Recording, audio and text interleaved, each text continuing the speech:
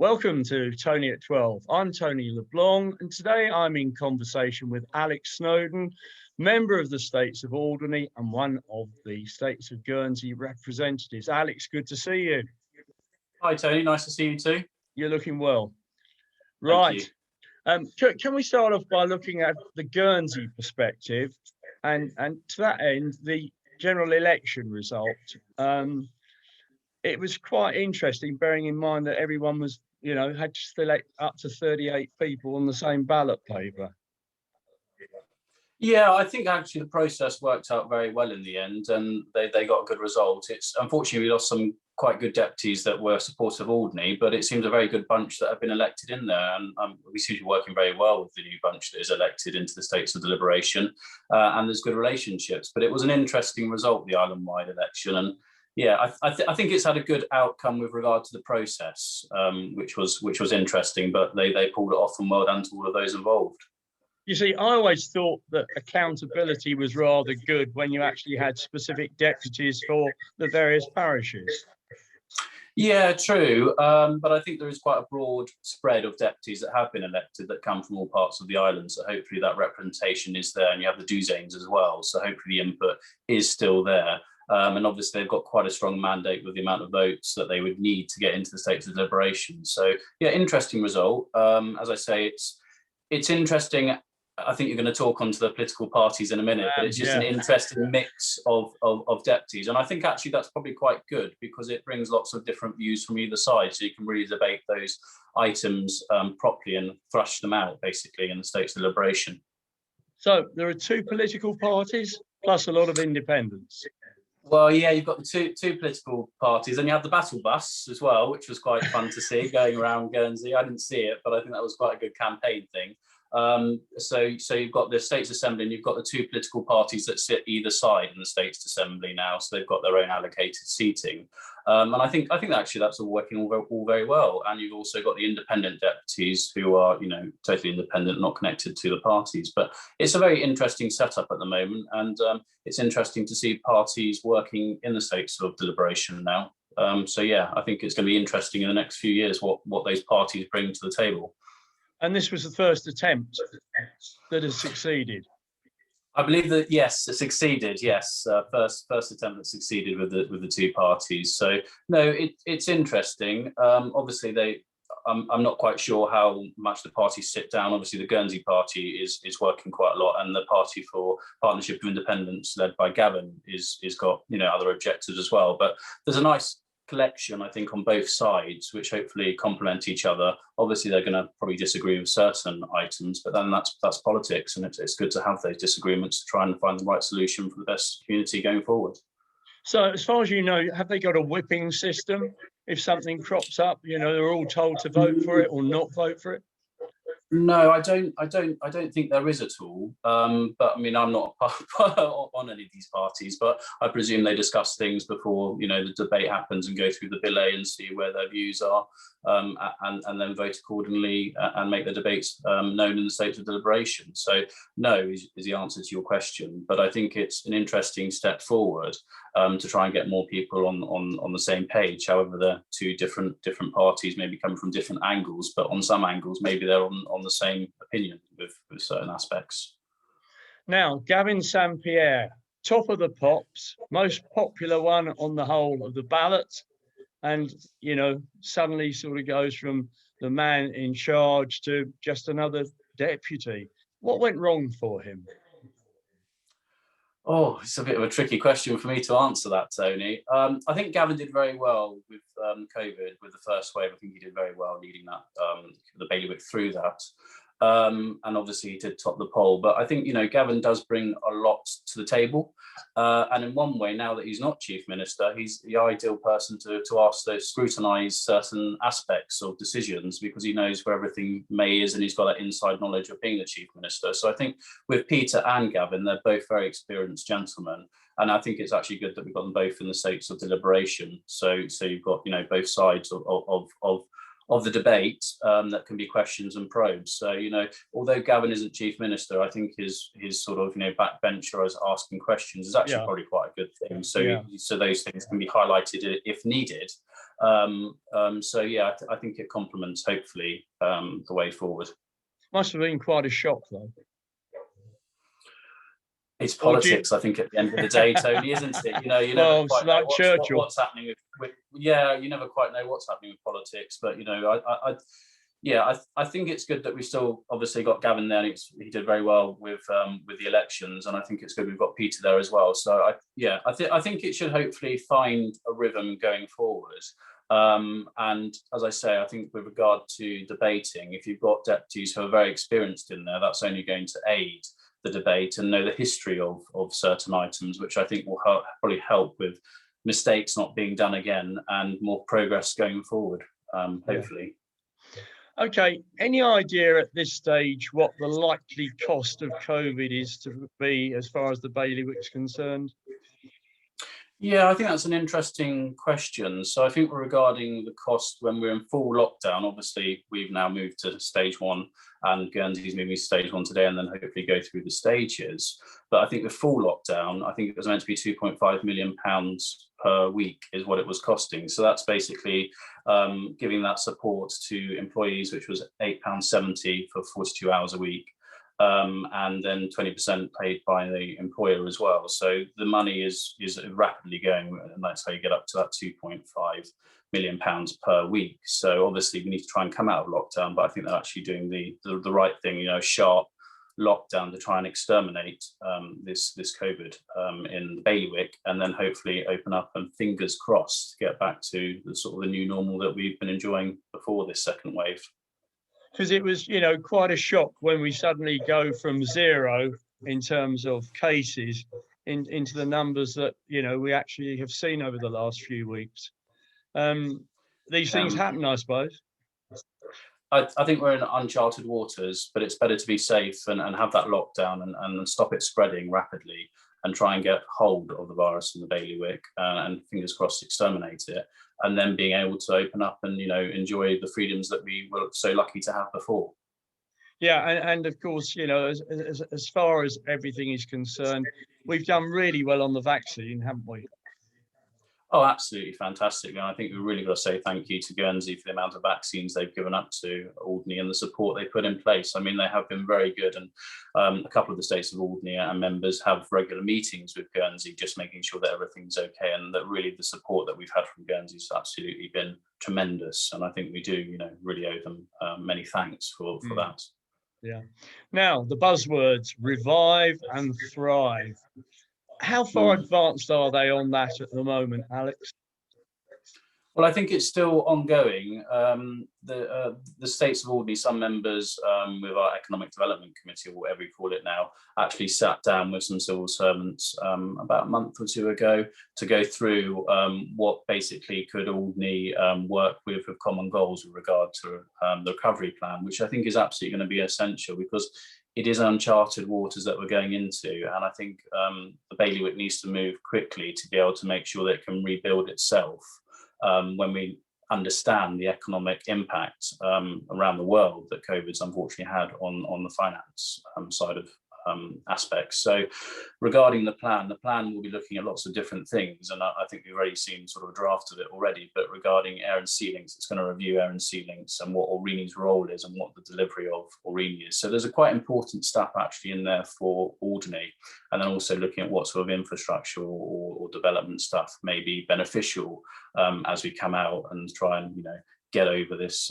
this economic storm that potentially will be hitting us. So I think it's just making sure that we're in the right frame to be able to deal with these aspects that come up. So in other words, in simple context, now is the time to do that homework. So when things are opened up again, we know where we're headed and what we're hopefully doing as a bailiwick. Now, for the first time probably ever, Guernsey's going to have quite a financial deficit as a result of the cost of COVID. How do you see them recouping it? I don't think it's necessarily a question of trying to grow the economy. They're obviously going to have to get some money in fairly quick, I would have thought. So do you see changes in tax or other duties to offset the losses? Yeah, I think you're raising really good points. I mean, obviously taxation increases are never a good thing to talk to with the community because we never want to see taxes go up. But I think a deputy couple of years ago, and I think he was quite interesting, he was highlighting, he was calling the 10-10-10 fiscal strategy. And what he was trying to basically propose or put the idea forward is that you have income tax at 10%, GST at 10%, and corporation tax at 10%. That's how he came up 10-10-10. As a way of maybe rebalancing and looking how we get the taxation in. So that may be looked at. I think corporation tax, the problem being that the Channel Islands wants to be competitive. So as soon as you start putting higher stuff in than other places, you know, potentially you've got those companies or businesses relocating to wherever is the best deal for them. However, I think everyone, I would have thought, is going to be in the same boat looking at where those taxes can increase. So I think with corporation tax, it's a bit of a question how long that will be zero for. I think, you know, maybe there are moves really to, and I think that comes on to another question that you'll be asking a bit later, where we can go into a little bit more detail about that. But also GST, and this is hard for Alderney because we've got high shipping costs already to come in. So it's basically, you know, our VAT is off because of the shipping costs, but that's something that I think is being mooted around at 8%. And I think maybe why they're talking about 8% is because it costs money to collect that taxation if you're going to implement it. So therefore you've got to put it up. But I'm not really for that because it's going to be a little bit quite damaging, particularly for Alderney bringing that in. So it's a hard conversation. And then you also have another thing, which has actually been quite a benefit, I think, for the Channel Islands, is zero inheritance tax. So whether that's now starts saying, well, actually, there comes in a very small amount and then creeps up like the UK, I don't know. But these conversations are all going to have to be had because the money needs to be found from somewhere. But it's just what doesn't affect the community that much, which is always a hard thing to say because we don't like tax increases, but you know the revenue does have to be found. So it's a very, very tricky one. So I'm sure the new policy and resources will be working quite hard to try and identify where's the best place to take it without hitting those people that really can't afford it. That's the problem, isn't it, with GST? You know, you hit everybody, and if you're not too if you are suffering a bit in terms of your finances, that really is going to be a big hit. But can I put to you something about 010, which, you know, is obviously there to attract international business, accept that. But for local businesses, you might sort of say, well, you know, should there be an option whereby they could pay a straight 20% on their profit and then get the thing out the way? I mean, so if I'll flip it to you. So for the hemp production, which was quite an interesting one, which is a sector which would be really beneficial to take off, but I think there's a few difficulties with hemp at the moment, but they brought in 20% corporation tax. So you already know that with a 20% corporation tax for the hemp production, that's going to be taken from those companies when they're basically making some money. The problem is they're not making any money at the moment. But I do agree with you that I think we need to look at regarding how we could basically move to the corporation tax or bringing in some sort of taxation to aid the bailiwick. And I think that actually leads on probably to a question that you'll be asking me in a minute, that we might actually be forced down this line, whether we like it or not, if we want to still be dealing with these certain parties. Yeah, this is true. But, you know, I'm just sort of seeing it as an option for local businesses, because you can have a crazy situation where if the business owns properties and has other investments, they have to pay tax at 20% on the property rent, but the rest of it gets deferred. And, you know, that just doesn't seem to be sensible at the present time. The next thing I want to talk to you about is Guernsey's Revenue Services, what was basically the income tax office. I think, you know, they're underrated. They're treated as a Cinderella. They're quite a way behind. And surely it's all about getting the money in by way of tax to effectively cover some of the deficit. Did they ask you for your tax return yet, Tony? I know that's what we talked about last time. Have you had to pay your tax return they actually sorted that out. But it took 3.5 years. And there must be lots of Tony LeBlancs in the system, potentially, that are quite happy to pay the money once they're asked for it. Yeah, absolutely. I think regarding, so obviously, you know, collecting all the taxes is fundamentally important, and there needs to be the resources to make sure that they can get those taxes in when needed and when asked for. So I think, you know, your example demonstrates that there might be, further work that is required to make sure that that collection takes place, not that it's just in limbo for a certain amount of time. Get the money in when it's due. So I think you're quite right to highlight there are probably issues there that need to be looked at, and hopefully that will be done. And I think there's going to be more pressures to probably make things more streamlined to get those taxes in when they are required to be paid. Yeah. And I think there's at the moment there's a sort of penalty if you don't get your tax form in a certain date. But as you've highlighted, you've got it in at a certain date and it still hasn't been collected. So there's a bit of an issue there why that process isn't streamlined and why there are a bit more hiccups on that road. Do you think your fellow deputies are aware of this, or? I'm not sure. I'm happy to bring it up. I expect your experience is probably across the broad board, as you say. So I'm happy to bring it up with Treasury in Guernsey and maybe just say about it. Yeah. Okay. Coming on to continuing with Guernsey, following the Brexit, it appears that Guernsey and Jersey are back on the blacklist. Well, I think this is quite an interesting subject, actually. Obviously, we don't want to be on any blacklist because it's not going to be beneficial to the Channel Islands at all. And I think the Channel Islands are actually very good at trying to be as very open as possible. But then I do wonder if this is actually a little bit of gameplay I'm sure with the it is. EU, with basically trying to say, well, look, you guys have got zero corporation tax. We're not quite happy about that because you may have certain people moving over for that benefit that are whiter than white, and I'm sure they are, but are taking advantage of, which they're entitled to do if they move into Channel Islands, taking advantage of that zero corporation tax. So I'm not quite sure if it's basically trying to force the Channel Islands to say, look, you should be bringing in some sort of corporation tax, not have absolutely zero. And then if you don't, do you go onto this blacklist? So I think there might be a little bit of gameplay with the politics where they're trying to blacklist us for not basically having any corporation tax, because obviously if you can, you may relocate to the Channel Islands to take advantage of that. So I think the question really is that, we don't want to be blacklisted.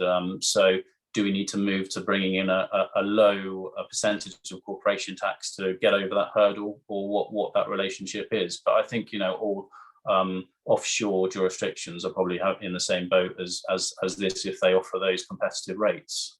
But they conveniently ignore Dublin and Luxembourg, who are both deemed to be offshore.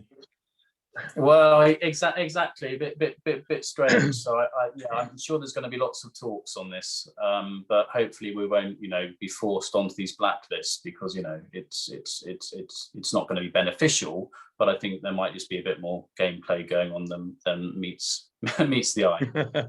Guernsey Social Security Fund. Now that's going to run out apparently in next year's time. Yes, I think is it they're saying the Guernsey Insurance Fund 2039. I think they're saying they've got concerns with it, and I think regarding the fund is that it's the same conversation again. It's the demographics, especially for Alderney, but also for Guernsey, is that everyone's getting older. So you've only got a certain working population that are paying in. So have they got the funds that they're paying in that is enough to support? And the answer probably is actually no. So you need to look at where that taxation or the social security tax, those payments come from. So whether there is an increase, and I think there was a report saying increase it by 2.8%, but then as we saw, I think last year, was that with long-term care, they were basically trying to say if you've got assets over £350,000, which, people that have worked all their lives may be in a comfortable position that they do have over £350,000, the price of a house maybe, that they're put a loan there so that the first £35,000 of your care is paid for with the loan, which could potentially be against your property. So then it goes back to, well, is that sort of a bit of an inheritance tax? Not quite, but it's taking that capital in your asset to make that payment. And I think the counter argument is that the threshold under the £350,000 with that proposition that was coming to the States last year was that they wouldn't have to if they had assets below the £350,000. So it's a bit sort of those people that maybe worked very hard to save their money all their lives, and sort of I feel a little bit they're getting penalised. But it comes back to not hurting the people that can't afford it and where you find those funds from. So it's a hard conversation to have, but does need to be had across the board. And then also you don't want to make the social security payments so high that people really just struggle to by the cost of rent and living, the payments are taking too much out of their pay packet every week. So it's a fine balance, but something that does have to be looked into. Yeah. Now let's look at Alderney and contributions for COVID. How can we help on that? Do you mean the cost of with COVID so far, Tony, or how can we help? I mean, if you want to pay a little bit towards something, go for it. I think regarding the support that Guernsey has given us has been absolutely fantastic, and that's regarding the health issues, but also their financial support, because Guernsey hasn't got an endless pot of money, and I think they've been really good how they have supported us. And this actually comes back to our fiscal union with the 1948 agreement that in return for us paying our taxes to Guernsey, that we're in the same boat as Guernsey with regard to the support. So I think that's been really good. I think regarding how that gets paid back, well, that really comes to looking at the future and how we try and get Alderney buzzing with jobs creation and making money on the island and what opportunities are there. And then hopefully that gets paid back into Guernsey with our fiscal union, but also benefits our island with being a buzzing island with more economic development happening. So I think that's really the answer to it. I mean, I can't really say that I don't. The Guernsey's not going to turn around and say, well, this is what it costs. That's they might highlight it, but what it is it's in our fiscal union. That's the relationship that we have got under the 1948 agreement. But thank you to Guernsey for giving the support to Alderney, and I think that's been really beneficial in these very challenging and tricky times. Do you see the 48 agreement coming under review shortly, or do you think that's sort of been pushed to the side pending getting COVID sorted? I think we've politically seen quite a change with regard to our relationships, and that's really come together by the two communities, Alderney and Guernsey, with the staycation being so strong last summer. And I think that's actually taken now to the political side, is that there's relationships are really strong between the islands, and we're seeing ourselves more as a bailiwick rather than separate islands. So I think regarding the 1948 agreement, it's not so much, in my view, looking at the detail of the 1948 agreement, it's looking at those future relationships and how we work together on common goals for the bailiwick. And if they can help us with certain things like economic development, for instance, and that actually helps with the transfer services costs if we can get more activity that is beneficial on the island with taxes being paid to Guernsey. So I think those relationships are strong, and I think the conversations are good that are taking place at the moment. I think, a couple of years ago, there was maybe a bit of tension, and that really probably came back to Alderney, which has always been a bit of a tricky one. But now Alderney's basically on pause because of COVID. I think the conversations can happen with Guernsey quite well, and they are happening well with Guernsey, and it's just finding how we can help each other. So I think I'm really positive about the conversations that we've had so far, and I'm positive about hopefully the future relationships between Alderney and Guernsey. Has the public service obligation been signed off yet? So my understanding is that is meant to be signed off very soon. I think we've already got some details of that, which is quite positive. So I think the last policy and resources were saying the subsidy level was only £1 million, which is a lot of money, but was £1 million, and that would have only given us an Alderney Guernsey route. But I think the new policy and resources have indicated that they would increase that to £2 million, which will hopefully include the Alderney Southampton route, which is absolutely crucial for us. So I think those demonstrates that, yes, that is a lot of money, and it'll be a 5-year contract. So that's basically signing up to £10 million. However, the return is that hopefully Alderney can be seen as a place of opportunity and a place where business can happen. And then we go back to that relationship, you get the money in elsewhere by the economy buzzing. So, there's a real change with regard to that. Regarding the PSO, yes, it should hopefully be signed off in the very near future. My understanding is policy and resources would have that power to sign it off without a state's debate on it, which I think was potentially what was going to happen last time. That's good. Of course, one has to wonder, we want to try and develop tourism, etc., etc. But what about Alderney's ability to fulfill summer bookings if they're only running 2 aircraft? I think you're absolutely right to highlight it, and I think they have got a backup plan if one of the aeroplanes goes down. And this actually gets on to Guernsey, is that we need to sort of understand where we're headed. So what I would like to say with regard to the PSO, that's where the short term is. So that's our 5 years about what's happening. What we now need to work on is the medium and long term. And those are the sorts of things that I think have been missing, that we haven't really been looking too much to the future. It's always been, you know, the first 5 minutes in front of us, what's happening. But if we took at the longer approach and look at the medium and longer term, then I think we can help with planning. So I think there needs to be a bit more of a focus about where we're headed and where we want to deliver, and what we can work with Alderney and try and get some instructions to the states of Guernsey about where we think we can work on those common areas to try and get the transport strategy in place, so we know where we're delivering. Rather than, again, this conversation, obviously we want this, we want that, but there needs to be more of a focused plan. What about the runway?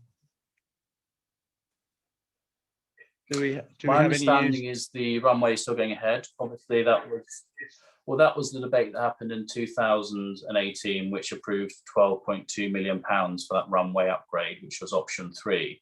My understanding is that the guys just need to come over, and they're still doing the spec, and the tenders should be going out very soon. And then hopefully a contract will be awarded and it'll be plain sailing. I mean, to be honest, it's the ideal time to do the runway right now. Yeah, absolutely. Think about it while we're not using it. But hopefully, yeah, that should hopefully be resolved in the near future. And I know Policy and Resources, our colleagues in Guernsey, are working quite hard on making sure that happens. How do you feel about, what are your views on ferries? Yeah, well, I think the ferry situation is actually really important for Alderney. I know some people are split on this, but look, if you take Little Ferry, for example, which is only a small ferry going to Alderney, Guernsey, but it offered a lower cost to getting to Alderney. And I think that was absolutely key, that not everyone has sort of that money to go on the planes. So I think if you can get a bit of a lower cost that makes it more affordable to come to Alderney, that's just going to be beneficial because you get a different caliber of people in place. I think the problem being with the ferry to France is that with the Brexit stuff, we've now seen a situation where the French basically have ID cards, they don't have passports so much. And my understanding is they need the passport to get into the Channel Islands. So, you know, I don't think they can use the ID card to get into Channel Islands. So that's going to be a bit of a tricky situation, but it obviously needs to be resolved when COVID has been, hopefully, fingers crossed, sorted out. Okay. The CEO has been appointed, a lady who's had experience in SARC, so she presumably knows how Channel Islands politics work. Pleased to see that happen. I think it's good. I mean, I think we've been in a very lucky situation with Adrian Lewis and Richard Nash as well. That's absolutely fantastic that they've both given us support in these challenging times. And I'm looking forward to welcoming Kath Jones to the island very soon, and hopefully she'll get to know the community and what makes Alderney tick. And I think maybe with the SARC connection is she's got some background about how SARC works. Obviously, it's a little bit smaller than Alderney, but hopefully that might be able to transfer up to how Alderney works. So hopefully it's going to be all beneficial, and maybe she'll be interviewed by you one day, Tony. I'd like that. Is she in for a 5-year contract, do we know? Or? I don't know at the moment, to be honest. I'm not quite sure about what that is, but I believe she's relocating to the island with her dog in March, hopefully, and then cracking on with the job. And then, you know, I think we do owe a great thanks to Richard Nash, who stepped in the last couple of months, and Adrian Lewis. Yeah. Now, energy policy. Do you know if anything's being done about an Alderney energy policy? I think we did actually have an Alderney energy policy that all got written and looked very nice, but then got put on a shelf and got some dust and didn't actually get endorsed by the states of Alderney. So, but regarding the energy policy, I believe we've got another group now which is going to look at the energy policy. But I think I'll just give you a few aspects of it. I think regarding my view on it is that regarding our tidal resource, which you look at recovery plans all across the world, they are going green. I think there's quite a green revolution going on. We've got that fantastic tidal resource out there, but I think there needs to be a bit of a stepping stone. So, I mean, why are we not looking at more sort of looking at the educational side of it and the research of that tidal resource and teaming up with other places, and then actually saying what the long-term aspirations are, you know, for a Yeah. big tidal farm or whatever we're looking at. But there should be those benefits, because if you've got that tidal resource out there, it makes sense that there should be some connection with research and sort of development about what you would like to do with it. I mean, in the perfect world, I'd like to just see something in the water, just so you've got that green flag actually going, and then see what next stages are there without any heavy infrastructure on the island, obviously, via natural beauty and outstanding scenery. Yeah, okay, so we've got to watch that one. How do you feel about the employment law? Is that still likely to happen? I think that's probably coming to the States of Alderney in the near future, to come into place. You know, obviously, people that are being employed need some security in their job. They may have mortgage or rents to pay, so obviously they need to know where they are. What just concerns me is that it's more process, and process costs money. So it's just making sure that the balance works out. And I think, you know, is there a conversation where we can talk with Guernsey and say, look, you know, could you overlook this or something, rather than Alderney trying to set up its own thing to over review the whole situation. So yeah, I think there's conversations that need to be had before it's actually implemented with Guernsey, to make sure that we have got a process in place when we're heading that way. And obviously consultation with the community. I think there's been some already, but maybe a bit more consultation with the community and businesses across the island to make sure that we've got their views.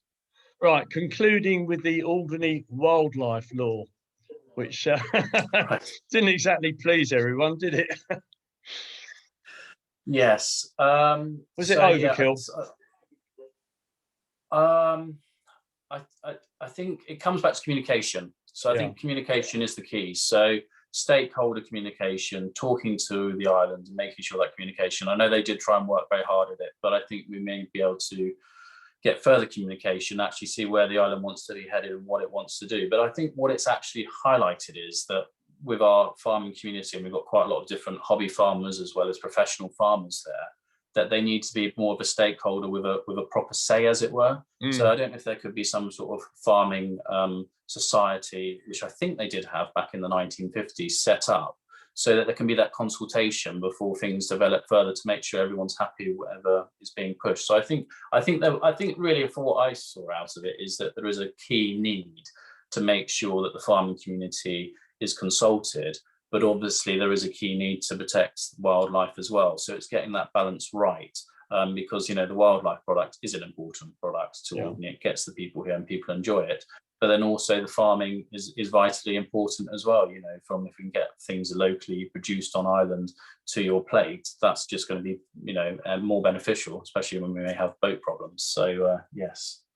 Yeah, I mean, I think part of the fact, it seemed to a lot of people to be Big Brother, the ability of the states to actually tell the public how to run their lives in terms of land ownership and stuff like that. Yeah, and I think also the States needs to set an example and look after its own land maybe a little bit better than it has been. I was going to avoid that one. Yeah. Well, I said it, not you, Tony. Thank you very much for doing that for me. But there we are. Alex, I'm afraid we've run out of time. It's been a great pleasure as ever. Thank you so much for sparing us some time. The interview will be going out this Wednesday, and I'll send you through a link. So many, many thanks. Thanks, Tony. Take care.